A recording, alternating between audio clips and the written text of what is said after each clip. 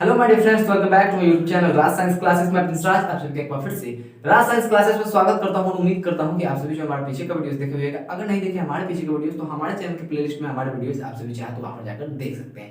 और जैसा कि आप सभी जानते हैं कि बहुत ही इंपॉर्टेंट क्वेश्चन के साथ इस बार हम फिर से आ चुके हैं। जैसा कि आप सभी का टाइम हम ज्यादा वेस्ट नहीं करेंगे और आप लोगों को सीधा क्वेश्चन पर लेकर आते हैं। तो अगर चैनल को अब तक ने अभी तक सब्सक्राइब नहीं किया है तो मैं ये नहीं कहूंगा कि आप सब्सक्राइब करिए दीजिए।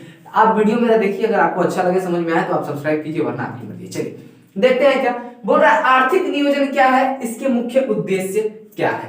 बोल रहा है क्या कि आर्थिक नियोजन होता क्या है। जी बिल्कुल, आर्थिक से सबको पहले समझ में आता है कि जैसे ही आर्थिक की बात आएगी तो क्या जाएगा, रुपया पैसा यहाँ पर सबका अपना अपना आने लगता है। ठीक है, न कहता है कि हमारा आर्थिक स्थिति देखा खराब है तो भैया रुपया वाला स्थिति आर्थिक जैसे ही आएगा ना, समझने वाला वही बात होता है कि धन दौलत के बारे में बात होने वाला है। चलिए, तो आर्थिक नियोजन क्या है, इसके मुख्य उद्देश्य क्या होते हैं। चलिए इस पर हम चर्चा करने से पहले इसको बता देते हैं कि ये इंपॉर्टेंट क्वेश्चन इसलिए है क्योंकि हमारे डिटेल्स के मुताबिक ये जो है 2011 के प्रथम पाली में, 2012 के कंपार्टमेंटल में, 2016 के प्रथम पाली और 2018 के प्रथम पाली में पूछी जा चुकी है। हम लिख भी देते हैं 2011 के प्रथम पाली में, 11 के प्रथम पाली में, 12 के कंपार्टमेंटल में, साथ ही साथ 16 के प्रथम पाली में, 18 के प्रथम पाली में ये क्वेश्चंस पूछे जा चुके हैं। इसलिए ये इंपॉर्टेंट क्वेश्चन है, हो सके 2022 के एग्जाम में भी पूछ दे या कोई भी बोर्ड एग्जाम में पूछ सकता है। चलिए देखते हैं क्या इसका मतलब समझते हैं। बोल रहा है क्या कि आर्थिक नियोजन का अर्थ, अब कहने का ये तात्पर्य होता है कि आर्थिक जो नियोजन है इसका अर्थ ये होता है कि राष्ट्र की प्राथमिकताओं, अब प्राथमिकताओं कहने का मतलब है कि इसकी आवश्यकता अनुसार इसके हित में उसका उपयोग क्या है, इसके हित में, इसके ही सापेक्ष, इसी के भलाई के लिए। समझ में आई बात। तो ये बोल रहा है कि आर्थिक नियोजन का अर्थ राष्ट्र की प्राथमिकताओं के अनुसार देश के संसाधन जो होते हैं, देश का जो संसाधन होता है उनका जो है क्या है, विभिन्न विकासात्मक क्रियाओं में प्रयोग करना है। विकासात्मक क्रिया कहने का ये मतलब होता है कि मतलब देश के विकास के लिए जो कार्य करते हैं ना, उसी में इसका प्रयोग करना है। अब ऐसा नहीं है कि अब देश की जो संसाधन है उसको बेगर फालतू में हम इस्तेमाल कर दिए, अब भाई उसको बेगर काम का वेस्ट हमको नहीं करना, उसको खराब नहीं करना, उसको मतलब उसका इस्तेमाल इस ढंग से करना है कि कहीं ना कहीं अगर उसका इस्तेमाल हम करते हैं तो उसका इस्तेमाल किस चीज में हो, हमारे देश के विकास में हो। क्या हो, हमारे देश के विकास की क्रियाओं में, हमारे जो क्रिया करते हैं हम लोग, जो काम हम लोग करते हैं जो हमारे देश के विकास के लिए होती है उसमें हो। ठीक है, तो कहने का मतलब है कि आर्थिक नियोजन का अर्थ राष्ट्र की प्राथमिकताओं के अनुसार देश के संसाधनों का विभिन्न विकासात्मक क्रियाओं में प्रयोग करना है। इसका जो मुख्य उद्देश्य होता है वो भारत में व्याप्त गरीबी निर्धनता को समाप्त करना है। अब भैया एक बात बताइए, इसका जो उद्देश्य ये है, अब इस नियोजन के अंतर्गत क्या हुआ था, आर्थिक नियोजन के अंतर्गत क्या हुआ था कि सभी व्यक्तियों को अपना अपना क्या करना था, अपना अपना संपत्ति का हक खुद दे दिया गया था।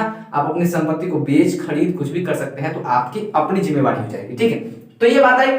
भारत में व्याप्त गरीबी जो था, निर्धनता है और समाप्त, उसको क्या करना है, समाप्त करना है। ये एक इसका पहला उद्देश्य हो गया।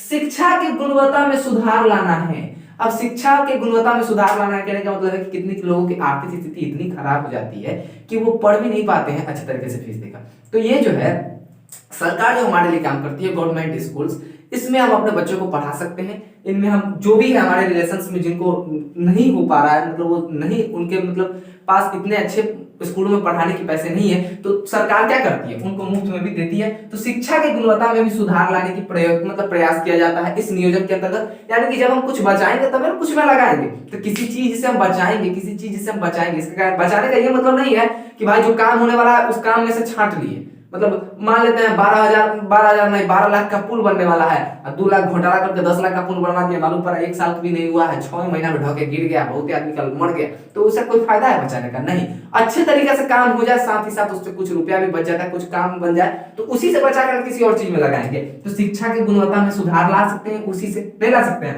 प्रति व्यक्ति आय में बढ़ोतरी करना है।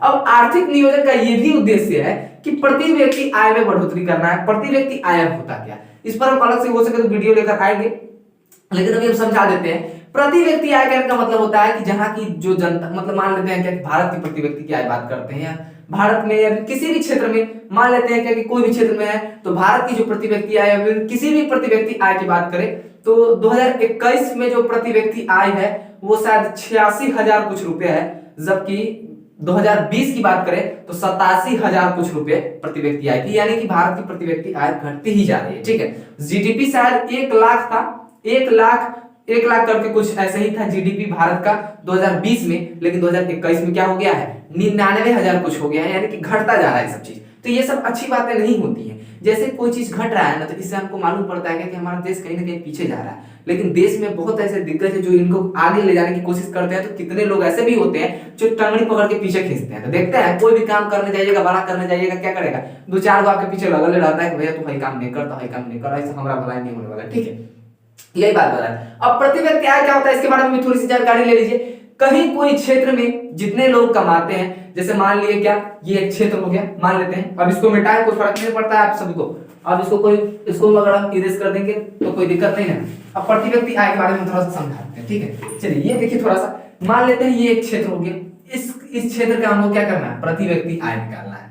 क्या निकालना है, इस क्षेत्र का हमको प्रति व्यक्ति आय निकालना है। इसमें कई गो व्यक्ति काम करता है, 10 गो बार। इस क्षेत्र में क्या है, 10 लोग काम करते हैं। कितने लोग काम करते हैं, 10 लोग या फिर 10 व्यक्ति, लिखिए 10 व्यक्ति काम करते हैं। कितने करते हैं, 10 व्यक्ति काम करते हैं। काम करते कि नहीं करते हैं, यहाँ की जनसंख्या कितनी है, इसमें 10 व्यक्ति काम करते हैं, सब 10-10 हजार का महीना कमाते हैं, 1 लाख रुपया हुआ 2 4 5 1 लाख रुपया हो गया। ठीक है, 10,000 का महीना कमाते हैं, 10,000 का महीना कमाते हैं, कई गो व्यक्ति काम करते हैं, 10 गो व्यक्ति काम करते हैं। तो 10,000 में 10 से गुना कीजिएगा तो कितना हो जाएगा, 10,000 में देखिए 10 व्यक्ति कमा रहे हैं, 10,000 का महीना कमा रहे हैं, 1 लाख हुआ, इकाई दहाई सैकड़ा हजार 10,000 लाख हो गया कि नहीं हुआ। ये हुआ हमारा, ये 10 व्यक्ति कमाए। ठीक है, इसमें जनसंख्या व्यक्तियों की कितनी है, यहाँ पे जनसंख्या कितनी है, मानते हैं उस 10 लाख में कितनी जनसंख्या है, यहाँ पे मानते हैं 20 जनसंख्या कितनी है, यहाँ की जनसंख्या 20 है।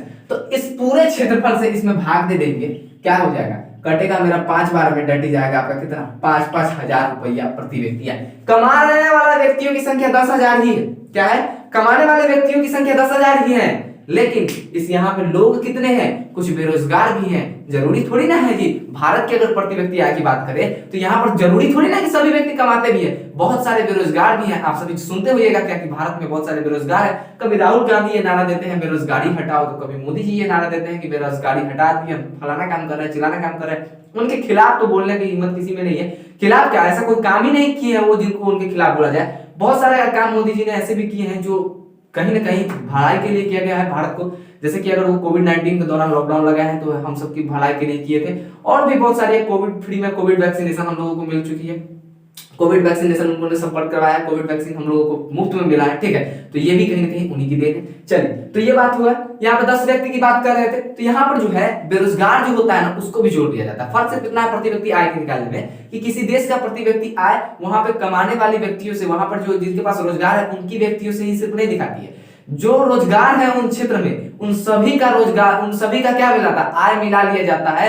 और मान लेते हैं कि सभी का आय मिलाकर कितना हो जाए। ठीक है, तो उसके बाद पूरी जनसंख्या से भाग दे दिया जाता है, जितना निकलता है प्रति व्यक्ति आय होता है। जैसे आप सभी देख सकते हैं कि एक व्यक्ति कमाते हैं 10,000 रुपया का महीना, 10 व्यक्ति है यहाँ पर, तो एक व्यक्ति 10,000, प्रत्येक व्यक्ति 10-10 हजार का महीना कमाते हैं, तो कुल हो गया 1 लाख। हुआ कि नहीं हुआ, 1 लाख हुआ जी, कुल हुआ कि नहीं हुआ जी, तो कुल हुआ 1 लाख। क्या हुआ, कुल हुआ यहाँ पर 1 लाख। अब बात करते हैं जैसे कि 1 लाख यहाँ पे हो गया, 10 व्यक्ति कमा रहे हैं, 10 हजार का महीना, 1 लाख हो गया। लेकिन यहाँ पर 20 गो व्यक्ति की संख्या है, और यहाँ पर इसमें से 10 गो व्यक्ति जहाँ कमा रहा है, तो 10 गो व्यक्ति क्या है, बेरोजगार भी तो है, बेरोजगार भी तो है कि नहीं है। तो जैसे कि बेरोजगार है तो इनका प्रति व्यक्ति आय कहा जाएगा, तो इनको भी इंक्लूड कर लिया जाता है इन्हीं में, और डायरेक्ट इसकी जनसंख्या से भाग देंगे तो 5,000 प्रति व्यक्ति आय निकलती है। यानी कि कहीं ना कहीं जो नहीं कमाते उनकी भी आय बता दी जाती है। इसी को कहते हैं प्रति व्यक्ति आय। ठीक है, जो कि भारत की थी, क्या भारत की प्रति व्यक्ति आय 2021 के दौरान जो थी कितनी थी, 21 के दौरान, जी बिल्कुल 21 के दौरान 87,000, जी बिल्कुल